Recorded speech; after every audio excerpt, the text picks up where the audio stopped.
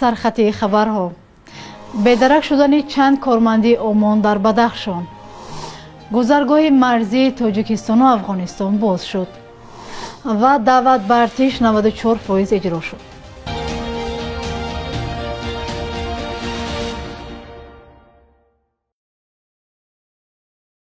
سلام بیننده‌های عزیز، امیدوارم خوبید. برنامه نوید بامدادی را از دوشنبه تقدیمتان میکنیم.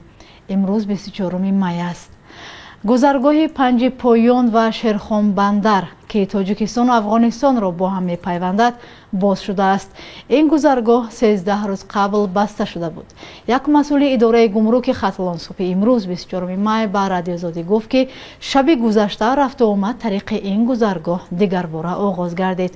مسئولان اداره گمرک افغانستان در شیرخان بندر هم به خبرنگار رادیو آزادی گفتند که گذرگاه مرزی مذکور پس از گذشت 12 روز بر روی رفت و آمد تاجران و اموال آنها باز شد. کلیم الله مجاهد رئیس گمرک شیرخان بندر گفت پس از این تاجران و رانندگان تاجیکستان می توانند با دریافت ویزای افغانستان در قلمرو این کشور رفت و آمد کنند. او افزود که این گذرگاه به آن خاطر بسته شده بود که جانب تاجیکستان 8 ماه به این طرف حتی به افغان‌هایی که ویزا داشتند هم اجازه داخل شدن نمیداد، در حالی که از طرف تاجیکستان ماشین‌ها و افراد اجازه داشتند به داخل افغانستان بیایند. هنگام بسته بودن مرز 10 راننده تاجیک با ماشین‌های خود در قلمرو افغانستان بند مانده بودند. پنج پایان و شیرخان بندر یکی از مهمترین گذرگاه‌ها میان دو کشور به شمار می‌رود و روزانه 10 ماشین باربر از آن عبور می‌کنند. نزدیکان یک کارمند عمان دسته تعینات مخصوصی وزارت کارهای داخلی تاجیکستان او را جستجو دارند. آنها میگویند سنگلی کمالوف روز 20 می امسال با بعضی از همکارانش به سمت ناحیه روشن ولایت مختار کوهستان بدخشان رفت اما در راه بی‌درک شد. مقامات به نزدیکانش گفتند او شب 21 می به دریا غرق شد، ولی آنها باور ندارند. به نقل پیوندان سنگلی کمالوف با او یک نفر دیگر نیز غرق شده است، ولی معلوم نیست در داخل ماشین در عموم چند افسر عمان بودند و سرنوشت دیگران چی شد. یک منبع نزدیک به مقامات انتظامی در خاروخ به رادیو آزادی روز 20 می ادعا کرد که 7 کارمند نیروهای تعیناتی مخصوصی وزارت کارهای داخلی در نزدیکی روشن بنشان شدند. عوض در ناحیه روشن روز 17 می و بعد آن پیچیده شد که گروه از ساکنان به کوچه ها برآمده راه نظامیان را از دوشنبه به سمت خاروخ بستند. مقامات 18 می گفتند در آنجا عملیات ضد تروریستی می‌گذرانند و ناراضیان را اعضای گروه‌های غیر قانونی نامیدند که به گفته آنها از خارج برای ناآرام کردن کشور دستور دادند. مردم میگویند هیچ اسلحه‌ای نداشتند و تنها به پشتیبانی حقوق خود و پیشگیری از درگیری بیشتر در خاروخ راه را بسته بودند.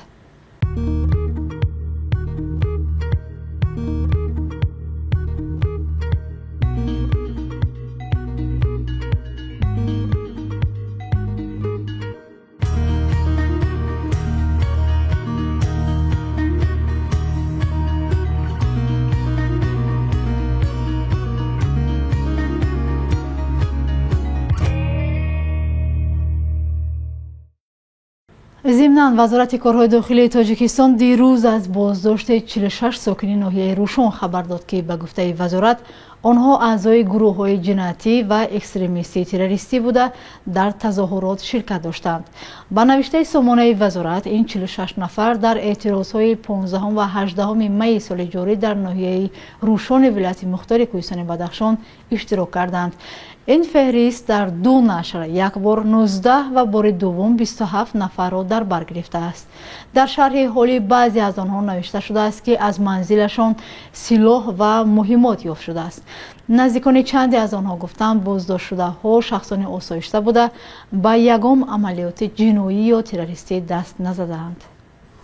таҳримҳои кишварҳои аврупо ба русия баъд аз ҳамлаи ин кишвар ба украина ба тоҷикистон низ бетаъсир намонд.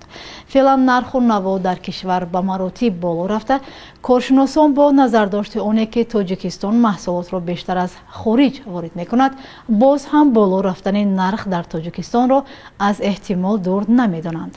ҳамкорони мо аз сокинон пурсиданд ки ба болоравии нарх омода ҳастанд ва оё захираи дар ихтиёр доранд. Тенденция дар тамоми ҷаҳон рафтеса қиматшавӣ. Ин сол аби ҳукумат ҳам нест, аби ягон каси тенденция рафтеса мехел. Ҳам ҳукумат ҳам мефура ки зиндагии мардум беҳбудӣ шав, хуб шав, ҳаракат кардеса, не ки дар асл ин дар умум қимати рафтеса дар ҷаҳон. Ҳара ҳаракат мекунем иншоалло хали асос тинҷӣ боша. Асос тинҷӣ ай неъмати бебаҳои адам тинҷӣ. Асос тинҷӣ боша вайш мешавад.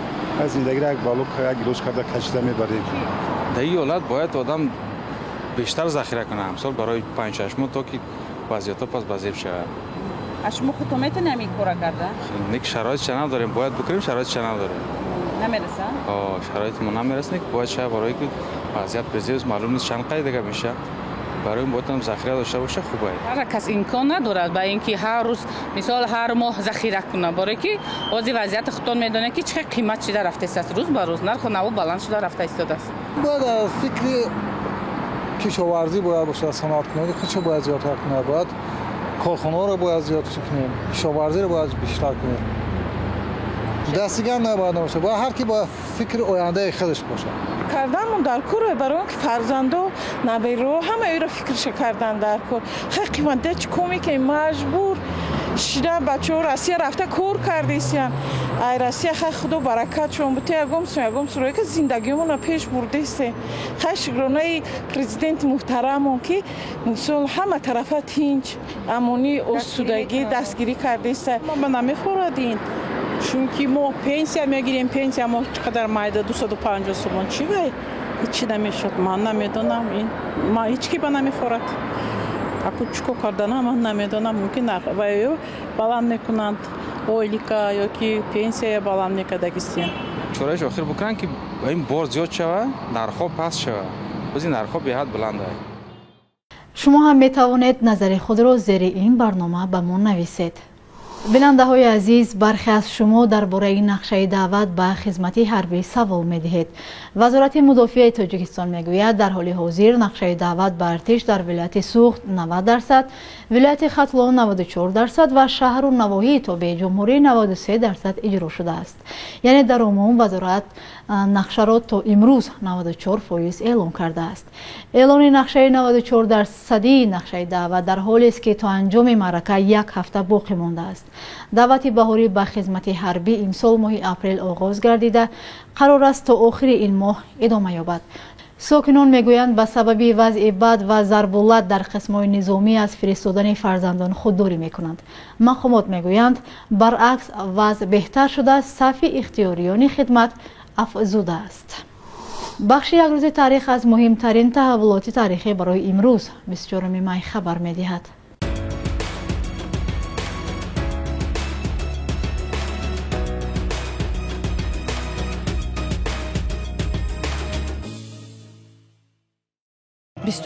май 24 май соли 2020 донишманди маъруфи тоҷик Ҷурабек Назрӣ дар синни 74 солагӣ даргузашт. Марги ӯ дар ҳоле буд ки дар Тоҷикистон марҳилаи бисёр пуршиддати пандемия ҷараён дошт ва то он замон ба қавли вазорати беҳдошт 46 нафар бар асари коронавирус дар Тоҷикистон даргузашт. 24 май соли 1956 дар шаҳри Луганои Швейсария аввалин бор озмуни мусиқии Евровидения баргузор шуд ки дар 65 соли мавҷудияташ сарҳадҳои Аврупоро шикаста дар қаламравҳои Авроосиё ва бархи қисматҳои Ховари миёна ҳам доман паҳн кардааст.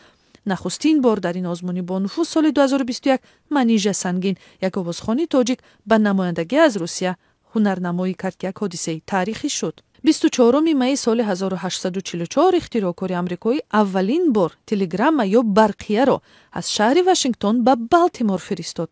дастгоҳи телеграф ва ҳам хатти хоси худро ихтироъ кард ки бо номи алифбои Морзе маъруф шуд. ихтирои ӯ дар мухобироти иттилоърасонӣ ва ҳам бахши низоми як инқилоб дониста мешавад.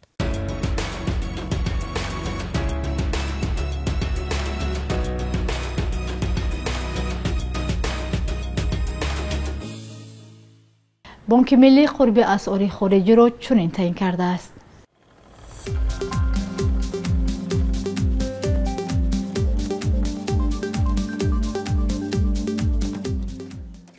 بینندگان عزیز، تشکر که ما را همراهی کردید. تا برنامه بعدی، خدا نگهبانتان.